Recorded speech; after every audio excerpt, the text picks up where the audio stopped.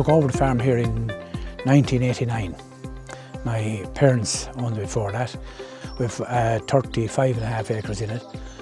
Of that 35.5 acres, there's about 12.5 of that is the bog we have out here now. The Department of Agriculture sent out letters if anyone was interested in doing something. So we weren't too sure whether we would or not. So eventually we said, well, sure, we might as well, there's nothing to lose. And then Doug and his team came out and it went from there.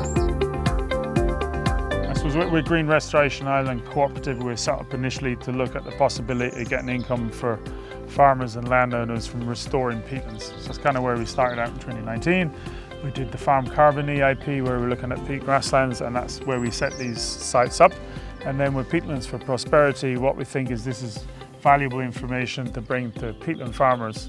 Well, we think if you've got cut over land, you're not doing anything with it, probably. So there's no income, it's a stranded asset. It causes environmental issues because the drains are there, there's emissions to the air, there's emissions to the water. I just put us in a different perspective, really.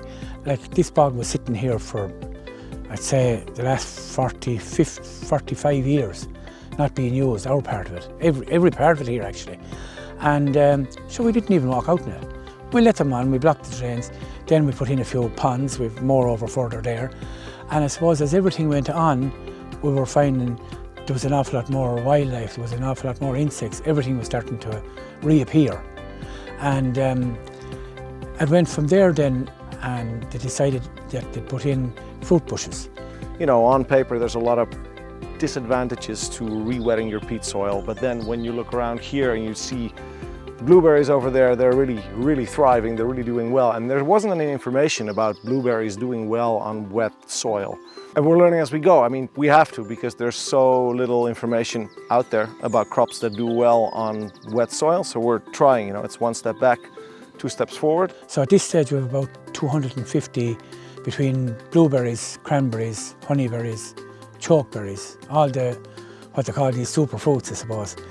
And the amazing thing about it is anything can grow in bog. We have every sort of a vegetable over there and they all grow.